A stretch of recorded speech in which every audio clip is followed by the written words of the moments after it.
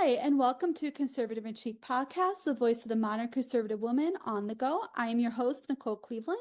Today's episode is meaningful for me because I am joined by former White House press secretary, best-selling author, co-anchor of America's Newsroom and The Five, and someone who has inspired countless women to pursue careers in public service, communication, and leadership, Dana Perino. Dana has built an extraordinary career from serving as the highest levels of government to becoming one of the most respected voices in television news. She also continues to encourage women through her books, her mentorship, and through her wonderful novel, Purple State, which was our Conservative and Chic Book Club selection of the month. Dana, thank you so much for joining me today, and I truly am honored to have you on our show. One of the first questions I always love to ask my guests is to begin asking guests how they found their path. You have had such a remarkable career in politics, communication, and government, and television. What first drew you to politics and public service? I loved reading so much that my mom and dad couldn't keep me in books. And one of the things that happened is at the library that my mom would take us to, I think we were only allowed to check out 7 books at a time. And my mom would get so frustrated because I would read, 1 or 2 of them on the way home. And so like, well, you're going to have to reread them over and over again. And fast forward a little bit, in the 3rd grade, my dad started a tradition with me where I had to read the Rocky Mountain News and the Denver Post before he got home from work. And I had to choose 2 articles to discuss before dinner. And I think that, that father-daughter connection really helped spur in me a love of news. My dad loved public affairs, current events, and news. He subscribed to all the newspapers and magazines. Remember all the weeklies, Newsweek, Time, US Weekly. Gosh, we got National Review. We got all sorts of magazines at our house. And so moving on from there, my dad and I would dog ear pages for each other of things that we would suggest each other read, and we would have conversations and discussions. My dad really loved that. And I joined the speech team in junior high and high school, and then I went to college on a speech team scholarship. Wow. And so I initially thought I wanted to be in local news. I was getting my graduate degree. I was interning in local news. And a great thing about internships is that you realize what you might not want to do. And for me, I felt like that just wasn't the path that I wanted to go down. And my dad said, well, come on home. And so I went home like every good graduate student does. And I waited tables, and an opportunity arose for me to go to Washington, D.C. to work in a congressional office. And at the time, I really felt like I was closing off my future television career. Like when you're younger, you are worried that if you don't follow a path that you set for yourself, that means that you're making a decision that can never be reversed, or that you don't understand that it's not really your plan, that God has a plan for you. And if you let go and you experience a lot of different things, you will find the right path eventually. So when I think back to that moment and to where I am now, I realized that I could never be successful at what I am doing now if I hadn't had all of those other experiences. So it was a circuitous route, and this is probably too much of a circuitous answer for your question, but how I ended up here really began when I was a little kid. That's me. I relate a lot to that. My dad used to sit me on his lap and read the newspaper to me and point out articles about Senator Grassley and Tom Harkin and things that were going on with agriculture in my state. I'm from Iowa, so obviously agriculture is huge. So I relate to that so much. So I appreciate And that. well, I was similar because I was born in Wyoming and grew up in Colorado. And one of the things that I feel I can bring not only to Fox News and my coverage or commentary, but also to writing Purple State was that I have a great appreciation for rural America. And I know that people who live there and enjoy that lifestyle, they want to protect it. And Absolutely. I want to help be a voice for that, because sometimes in media, when you're on the coast and you're in the big cities, you can think about flyover states in a way that doesn't really recognize the contributions that they make to the country. So I try to be a voice for that. Absolutely, and I appreciate that. And as someone who has spent time in Washington during my own internship days, I admired the work being done behind the scenes. I always looked at your career as an example of what's possible for women in the field. Well, when you were first starting out, did you have a clear vision of where you wanted your career to go after you talked about the internship, after you Mhm. kind of got to working in Washington and things like that? Did you kind of know that, or what were kind of some unexpected opportunities that you may not have thought coming? Sure. Well, actually, I was answering phones for a congressional office. I wasn't even getting to answer the questions. I literally just answered the phones and then passed the questions on to other people. And I went to a hockey game, the Colorado Avalanche versus the Washington Capitals. And I was new to Washington. The tickets were free. My friends, new friends to me, said, "You should come with us. It's Saturday night." So I went and I sat next to a guy who said, "So what do you want to do in Washington?" And I said, "Oh, I'd love to work my way up to be a press secretary one day." Now I meant House of Representatives press secretary, not White House press secretary. And he suggested another congressman's office from Colorado, and they were looking for a press secretary. And I said, "Well, I would love to apply for that, but I just took this other job and that would be the wrong thing to do." And he said, "Oh, you have no idea how this place works." Right. And he had me meet the woman who was leaving the congressman's office, and I got the job. And from there, I thought I would stay in like Republican leadership communications, but two things happened. One, the Monica Lewinsky scandal started in like February of 1997. Right. I was turning 25 that year. I was pretty disenchanted with everybody in Washington. The Republican Party was no great shakes at that point either, especially on that front. And I was really upset when the Democrats threw Monica Lewinsky under the bus and the women's groups didn't support her. And it was very disillusioning, to be honest. I also had not met anyone. There was no dating going on. And a woman at my church group, singles group, she took me aside one night and she said, "Remember that God says over and over in the Bible, fear not, that Right. he will not forget you and you are going to be okay." And so I just kind of relaxed about it. I really wasn't sure what I was going to do. I actually even thought about joining the Peace Corps because I wanted adventure. I wanted to do something. I wanted to give back. And then I met this guy in an airplane. He's British, older than me, handsome, wasn't an axe murderer. And 9 months later, I moved to England to be with him. And so my career path got put on hold and we moved back to America, lived in San Diego. I was working for a PR firm. I was pretty uninspired by it. High tech PR, so boring. And then 9/11 happened. And that's what brought me back to Washington. Absolutely. And speaking of 9/11, you served as White House press secretary for one of my absolute favorite presidents, George W. Bush, his administration. And obviously, it's one of the most high pressured jobs that anyone in government can have. And every day, I'm sure it's not the same. You talk about having adventure. I'm sure that was full of adventure. Can you kind of tell us maybe what your average day was like a little bit? Sure. I mean, I consider it like a rolling prep. It's almost like if you train to run a marathon, which I have never done, but I imagine that once you get to the level where you can run a marathon, then you are at peak fitness and you have to maintain that. So for a White House press secretary, the way I describe it is that you have to work your way up to peak fitness, and then you have to constantly be reading, listening, watching, speaking, talking, no matter what, you're always on so that you can understand. Because to me, the best spokespeople are ones that understand the policy as well. And thankfully, when I worked for that congressional office after the hockey game, I had a chief of staff there named Holly Probst, the best mentor I'd ever had in my life. And she really made sure that I understood the policy, not just what to say about the policy, but that I understood what was going on. That made a big difference for me. And it was something that I looked for in my deputies when I was press secretary. I also have pretty good instincts and I've learned to follow them. There was one time at the White House when I was the deputy press secretary and I didn't follow my instincts. I deferred.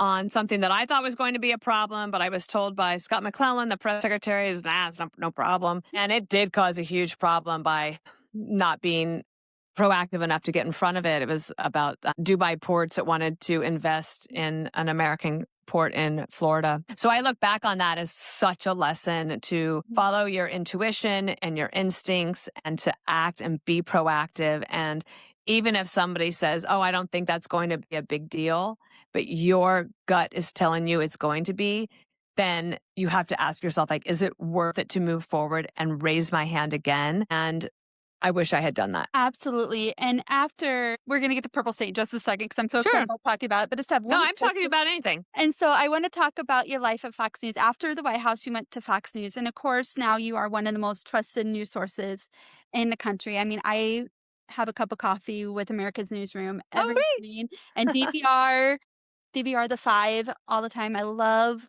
the commentary. I love the meaningful conversations. And I love how diverse of opinions you guys can have, but still at the end of the day, you guys are friends. And it brings it hopeful to what happens and hopefully what happens in the future where we aren't so divided.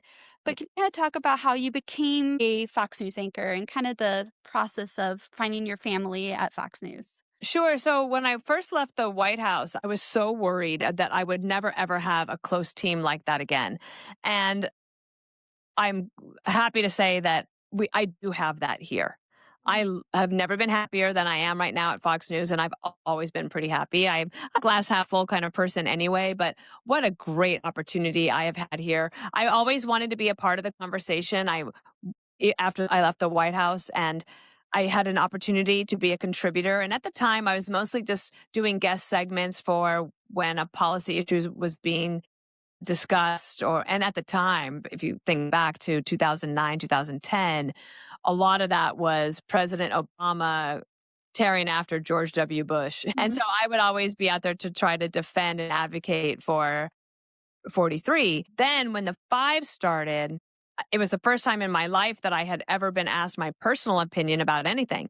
And I was kind of reluctant to do it, but Greg Gutfeld pushed me. And also, if I hadn't done it, I probably wouldn't have stayed on the 5. I think they probably would have swapped me out for somebody else, because who wants to hear about George Bush's positions on things like the legalization of marijuana? Like, the purpose of that show is for us to think things through and talk about them in as civilized a way as possible and to make it a little bit lighter. I say that people, if they're upset about politics, one of the ways to make sure that you're still connecting with other humans is to wear your politics lightly. And you can take your job seriously, and I do, but I don't take myself seriously.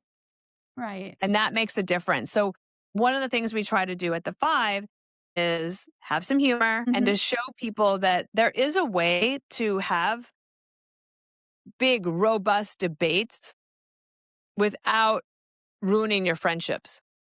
Absolutely. And that's one of the reasons I love Purple State so much, because I love that it's witty, it's warm, but it's hopeful, it's full of characters and readers you can really root for. And listeners who have not yet read it, the story follows Dot, Mary, and Harper, 3 New York women who find themselves in a small Midwestern town to work on a campaign and discover more about friendship, love, and themselves along the way. What inspired you to write this story? I mean, from a Midwest girl, I absolutely loved it. It was so relatable. Thank you. I absolutely love it. That means so much to me. Aw. And thank you for reading it and for being willing to showcase it. Why did I write it? So I mentioned when I was a little kid, I started reading and I love reading. And my favorite pastime and hobby is reading fiction. I never thought I could write one. And after I turned 50, I really realized how quickly time flies. And I wanted to accomplish it. Even if it never got published, I wanted to try. Right. But then I started writing it, and my husband would read every draft, and he was like, Dana, this is so good. I'm like, is it? Are you sure? And just the way that it turned out, I really loved it. And I wanted to take the lessons from Everything Will Be Okay, one of the books I'd written about mentoring advice for young women, and to put them in a story with some modern takes. And I realized that it's probably unrealistic that 3 women from Manhattan are going to leave here and go work on a Democratic presidential campaign in Wisconsin and end up falling in love with 3 Republican guys. Like, obviously, this is fiction, but it is aspirational. Right, exactly. And it does show that you can get out of your bubble to change your circumstances, whether that means a career opportunity or for love. And what I try to do in the book is to set the young women up to make good decisions and to Absolutely. realize that if you decide to choose to be loved, it's not a career limiting decision.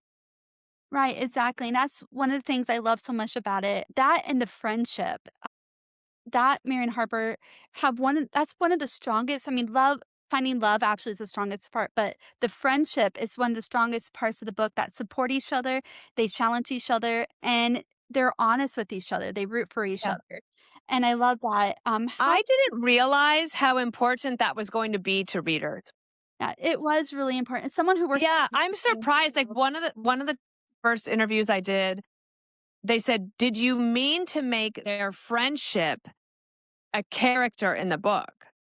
And I Right. was like, I didn't, but I love my girlfriends. I love watching the young women who work around here at Fox and in New York. And I believe that those friendships are possible and they're so meaningful, but you have Mhm. to be intentional, Right. right? You have to show up for each other, and Mhm. that life is so enriched by friendships like that. And that was actually gonna be my question was, did you realize that it was gonna be such an essential part? So you kinda answered I that. really That's great. didn't. I didn't know that, but was interesting to think back on that because apparently people are hungry for it, right? They want community, Mhm. connection, a Mhm. chance to get off your phone Right. and to be with people. And that I Mhm. love that this is where the trend is going, especially for younger people. I love the idea that you get off your phone at dinner, everybody puts their phone in a basket, and anybody who reaches for their phone, they're going to have to pay for the whole dinner. I love things like that. And I look at these, for example, we're in the middle of the World Cup and these fan locations for people to go and watch a game, even if they're not at the game. Mhm. You can go to a location and watch together. That happened also with the Knicks here in New York. Um, Right. People are realizing that they are meant to be together. We are social animals and that we are better together. And I guess that is what came across here is because not only Mhm. are the girls good friends, but so are the guys. Tommy and Jake are the twins, and Mhm. they're best friends with Danny, and everyone gets along super well. Exactly, and I love the fact that you brought up the cell phone. My friends and I do that. When we go to dinner, we put our phones in the middle, and we have actually a local business here in Sioux City where I'm at that gets 10% off if you put your phones in a box, and that. No way. Yeah, and I absolutely love that idea. What's that business called? It's called Sneakies. It's a restaurant, that serves, like, they're known for their chicken, their famous chicken, and they're family friends of mine, and they Huh. do it, like, on Monday I think it's Monday nights, and they do that, and get 10% off, and it's just encouraging people to And do a connect. lot of people go? Oh, yeah, it's always busy, regardless of the day, but it's always busy, Love that idea. and it's a family-owned restaurant, so I love the mom and pop's aspect of it too, so, yeah, it's And very cool. a friend of mine who owns a bookstore in Point Pleasant Beach, New Jersey, she was very helpful. Actually, she wrote the tagline of the book, Where Red Meets Blue and Love is Never Black and White. She has a book club. They meet once a month in this small town. They have 75 people in this book club. That's It's amazing. huge.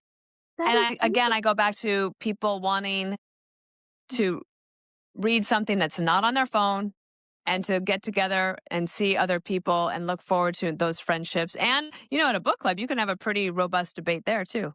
Yeah, we did. I think I talked to you about that, how we're like, "Okay, who was the best couple, and why did you like that? Why did you" Do you and know what surprised me too? At one point, I think Kate and I asked on social media, who was your favorite couple? And when somebody responded that it was Ted and Jeannie Jankowski, the older couple that owns the bookshop, good choice. I absolutely love them. They remind me being in Iowa, they remind me so much of like Barbara and Chuck Grassley. Just kind of Okay. they've Yeah, been sure. married for over 70 years. We're just a cute couple, sweet couple.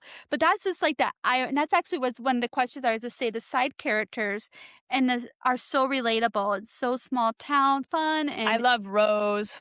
yes, I love all of them really, but I love just how they really are relatable, and it felt like you obviously know the Midwest, but it felt like you were from, like, my Cedar hometown, right? Falls. Yeah. Yeah. Well, thanks for saying that because I'm also, I grew up in a small town, Wyoming, and then in Colorado. And people in New York said I really got New York correct too, Mhm. which means a lot to me. Obviously, I live here now. So Right. that's something that obviously I have in me. I'm sorry, the observational skills are just daily. But I did go to graduate school in Springfield, Illinois. Mhm. And then after the Republican National Convention in 2024, I spent 36 hours on a driving tour of the eastern part of Wisconsin, going up to Green Bay and back down. And Okay. the last place I stopped was Cedarburg, Wisconsin. Oh, okay. And I based the book there. Oh, I just happen to call it Cedar Falls. aw. But Cedarburg, Wisconsin is, oh my gosh, the best place. In fact, I got to go with Fox and Friends and we did a whole thing there with Carly Shimkus. So special. And I love being able to showcase this fabulous, wonderful small town in America that is a great destination for people. And there's a revival of these towns all over the Midwest right now. It's very exciting. Absolutely, and it's so nice to showcase what we all have. I mean, I love Wisconsin. I'm from Iowa. I love Iowa. I traveled all over the Midwest, obviously, for politics and everything I'm in. So I just really appreciate how you've based a book in a small Midwest town. I grew up in a town of about 3,500. It's now up to 5,000. So it is still a small town, That's but small. yeah, and I served on city council there. So I love how Well, that's brave. I mean, local government is the toughest government. it really is, and I loved how you kind of had certain dynamics about farm and internet domain in a way when you talk about the fact that they might be losing their farm and what. I didn't specifically say that the tech company was a AI data center, but Right. it's been interesting to me that that issue is just bubbling up everywhere across the country, but in particular when it comes to taking farmland, it's a big deal.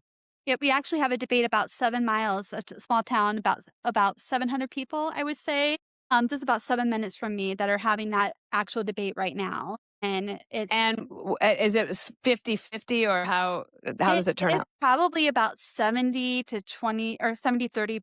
Against? Yeah, they're very vocal, Yeah, and I used to say that I believe that the Republicans might be right on the policy and wrong on the politics, but now I think it's not partisan. This is right, There is bipartisan opposition to this. mhm, Whether it's meritorious, I don't know. right. But it is real. The opposition is absolutely real. And I think it's really interesting, especially when people think about preserving that farmland. Right, and that's actually being in Iowa, that's one of the hot debates on the gubernatorial scale right now on a gubernatorial election is the rise in data centers, and Really. yes, that's gonna probably be, honestly, a very interesting turn of, I would say, how the election is gonna go. There's a lot of people who are against data centers, against, foreign entities. And the cost of that, the environmental aspect of that too. There's a lot of a Maha movement, and they're worried about the implications of that as well. And so So that's then, can I ask you, it's like the Republican guy who won the primary there, he's yeah, a Maha guy, right? yes. Zach is definitely And farmer. a farmer. Yes, And mhm. is he against the data center? Yes, he is. Yeah, Wow. and Interesting. yeah, Okay. and that was one of the things that he's debated on. He kind of came out of nowhere, to be honest. Like Yeah. kind of everybody was like Randy Feenstra, Congressman Feenstra, who's my congressman and a dear friend of mine. He's who I honestly primaried for, but of course I'm going to unite behind the Republican Of ticket. course. But it was really interesting how everybody thought he was going to be the front runner, and he was. The money was going that direction. But then about, I would say, the Friday before the Tuesday primary, there was some movement going around where people were saying, "Okay, I'm gonna withdraw my support from this guy." Adam Steen, and I'm going to go ahead and get behind that because suddenly the money was coming up behind him and the infrastructure was starting to pull in place right at the time where he needed to. Wow. Kind of, It's very interesting. It'll be something interesting to watch. yes, We'll have to stay in touch on that. yeah, absolutely, definitely. And then I kind of want to talk. The last thing I want to talk about is what is your advice? You kind of have a lot of career changes in the book, not career changes, but they're kind of Mhm. where they go for the future. What would your recommendation? What's your advice for young women or any woman who's thinking about a career change? Well, I think this that George W. Bush used to say that if you're born in America, you won life's great lottery. And Absolutely, if you're an educated woman, you are not stuck. That's what I would like to tell people is that they're not stuck. Now, I understand there are circumstances, and especially as you get older, you have more and more responsibilities.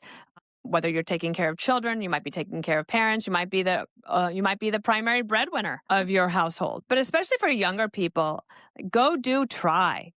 Get the internship, try this. That didn't work out, try something else. It's not like when I was worried that it would look bad if I went from one congressman's office to another and because I'd only been there 6 weeks. You know, for those who are in a position to help others, reach out. Some people mistakenly believe that there's only a limited amount of success pie. right. Okay. And they want their slice. Hmm.